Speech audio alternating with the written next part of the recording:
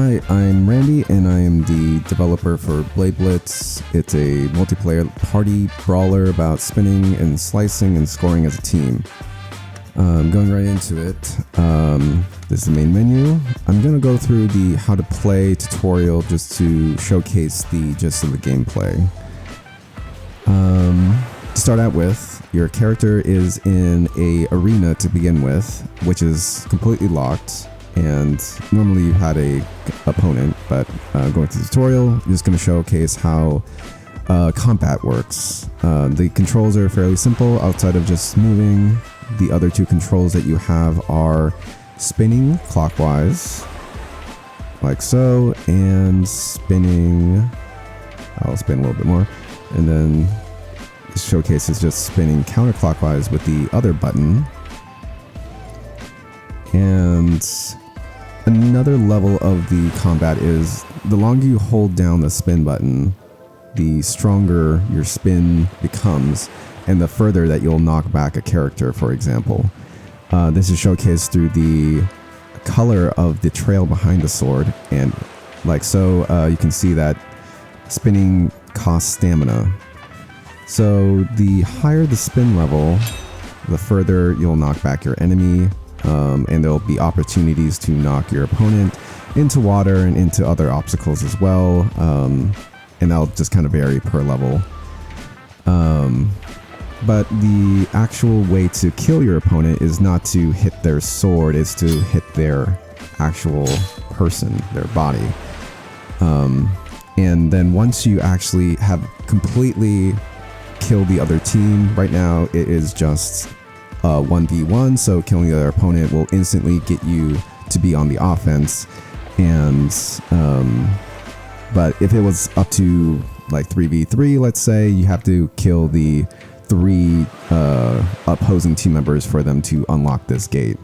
So, and once that gate unlocks, you can then proceed and try to go to the opposite end of the arena to try to score. So for the red team, it is always going to the left side, to the blue touchdown, essentially.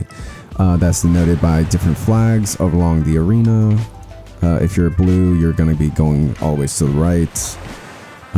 That'll be noted in the actual match when I start it, but you can see here, once you're on offense, the gate unlocks. This is denoted by the pattern on the door. You pass through it, and essentially it's a continuation of that for the rest of the game. But let me just go into a match to kind of showcase that. Let me do up to a it will be up to 3v3 right now, but I just need to make more characters. I have just 4 characters designed right now, so I just need to make 2 more, but I'm gonna try to make at least 4 more, just so there's a lot more options. So right now I've added 2 computer players, and then I'll add 1 more, and then I'll add myself, and then I can just honestly also put a 1v3 if I wanted to, but I'm just gonna make it even right now, just so it's fair and I don't get completely destroyed. Then starting the game, we will spawn in. Red always spawns on the right, blue always spawns on the left, and once I am able to, okay, so we destroyed the blue team, we are able to move forward. It spawns us into the next arena. You can note down below that there is a kind of a bar tracker that kind of shows where we are in terms of the push and pull of the tug of war mechanic. So every time we move left, the progress bar moves left, and then vice versa. If it goes right, it'll go back to the right side. So this is kind of the core of the tug of war mechanic. Some things about the combat that we can showcase right here is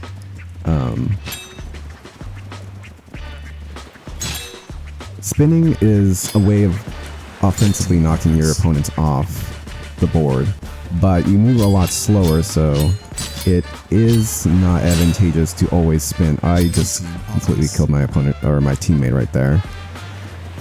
But you don't always have to necessarily spin. Sometimes it's just advantageous to try to poke your opponent because you do move faster, and it's kind of a more reliable way of blocking your opponent. Because if you're spinning, you're slower. You can potentially just let them run right past you. Oh gosh. Okay. Playing with my friends, usually there's a lot more coordination. I usually call, like, I'll go high and they go low in those kind of situations, like right when there's a 2-pathway option. God dang. Okay. Oh, and my computer teammate just killed me. Okay, I found him back. Okay, there we go. Okay. Yeah, one of the fun things just about this is the chaos component.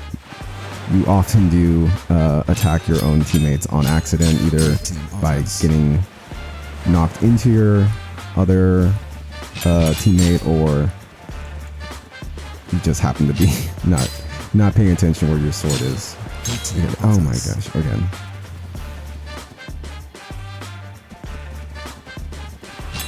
But I do want to eventually soon just either we can make this push, but I want to showcase what happens when you actually make a touchdown.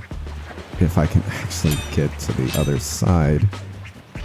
Okay. Oh yeah, also, if I'm on offense, you notice that my teammate isn't spawning in. To keep it a lot more tense and fair, I am just...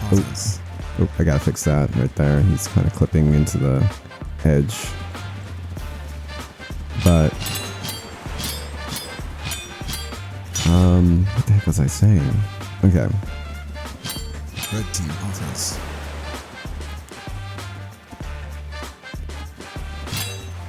I think, yeah, so for keeping the tug-of-war mechanic kind of adding on top of it, essentially. Oh my gosh. Okay. Oof. Okay, maybe they're gonna make it. But yeah, if you're on offensive, you don't respawn in anymore. That is to kind of keep it advantageous on the defense side, and all these mechanics sort of try to get both teams to always end up back in the middle. So if you're on offensive, you're at different sort of disadvantages. One of the things I also forgot to bring up was if you're on offensive, you are somewhat slower. I think you're about 20% slower than the defensive team in terms of movement. That is just also to kind of naturally bring the teams back to the center and keep that tug of war and that tension maintained. But yeah, one of the things that I wanted to show once touchdown happened was that there is power-ups. So there's a bit of a choice. So you have two choices. There's a pool, and it will randomly shuffle those at the beginning of the match, and it will draw two of those on touchdown. It is duplicative for both teams. So both teams will have the same options of power-ups to choose from to keep it fair. But it'll be random every single time you start a new match, just to keep it fresh.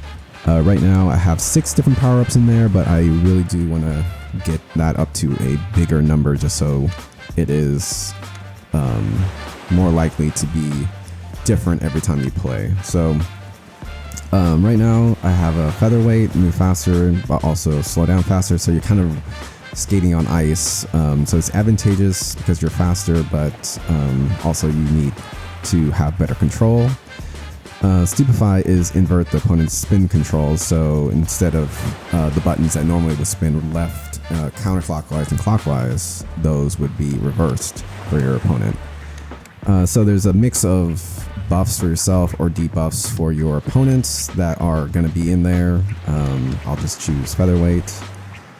But yeah, that's kind of the gist of the gameplay. First to 3 points wins, and there is a timer also, so that matches that do naturally maybe keep ending up in the center don't go on forever. Oh, oops, I knocked my teammate, and I just, oh. But yeah, that is the gist of the gameplay. I think that I've showcased basically essentials. And yeah, that is the gameplay. I'll hopefully I did not forget to mention anything else that's too notable.